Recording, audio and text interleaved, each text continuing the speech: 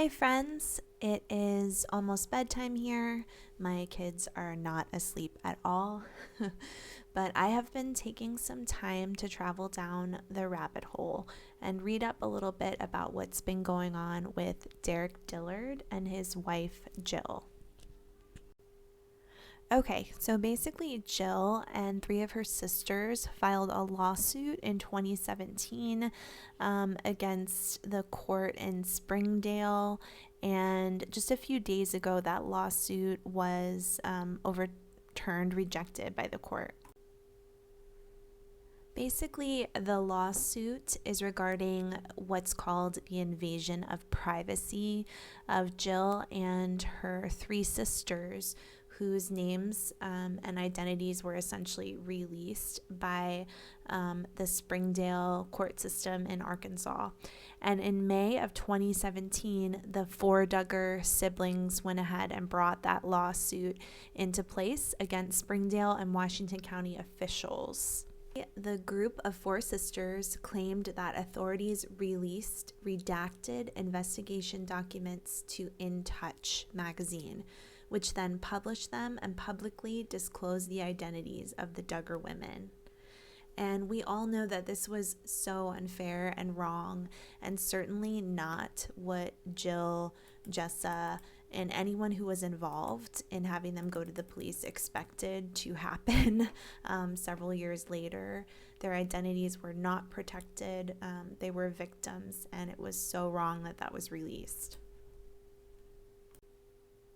I found it really interesting that in the lawsuit, the girls did not ask for any kind of extra money or funds to come to them, except for payments to be made for their counseling for emotional trauma that they suffered from having their identities released and plastered all over the news for everyone to see.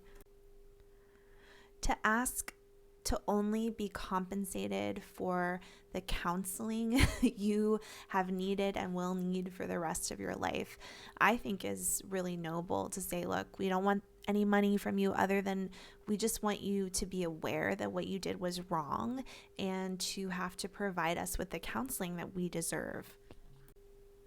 It seems like they were also looking at this lawsuit as an opportunity to affect change within the system, to say, like, there must be barriers put in place, concrete barriers put in place to protect victims like us in the future. And I think that that's the most noble reason to bring a lawsuit in the first place, to say, okay, a lot of mistakes were made and really hard things happened. We can't go back and take it all away, but we can affect change in the future for other people who go down potentially a similar path. But truly, unfortunately, the court threw their case out. Their lawsuit will not be heard. And I did a video about Derick and Jill's response to all of this, which they put up on their webpage, www.dillardfamily.com. Check it out. And also check out my video where I talk about it.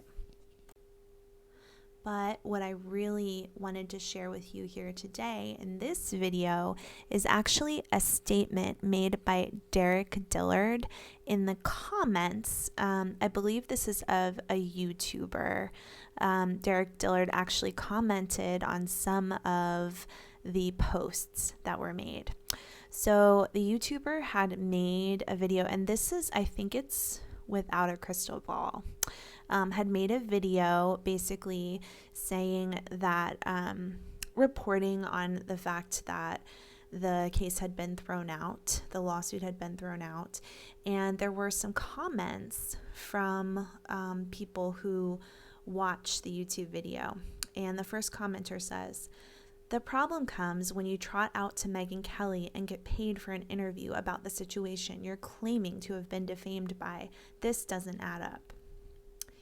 And a second commenter comes in and says, "Exactly. I'm starting to notice more and more that these people will do anything for perks and cash." And next, we can see down at the very bottom, Derick Dilliard responds.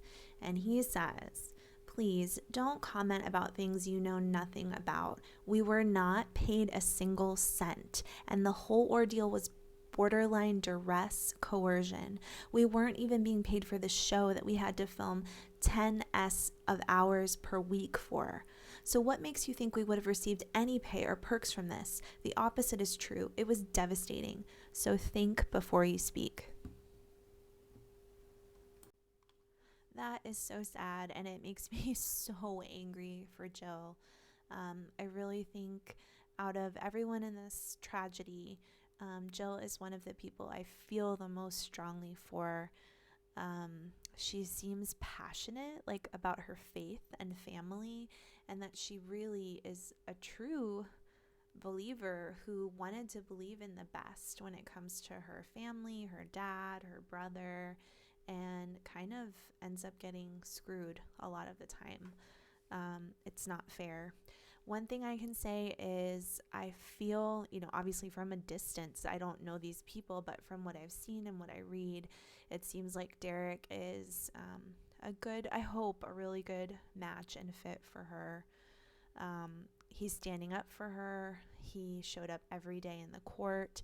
He actually states that he went to law school specifically to try to work with and protect victims like Jill and her family, and her sisters. So I'm just hoping and praying that, at least Jill has her husband, has her children, and hopefully a strong community support system around her. She deserves all the best, for sure.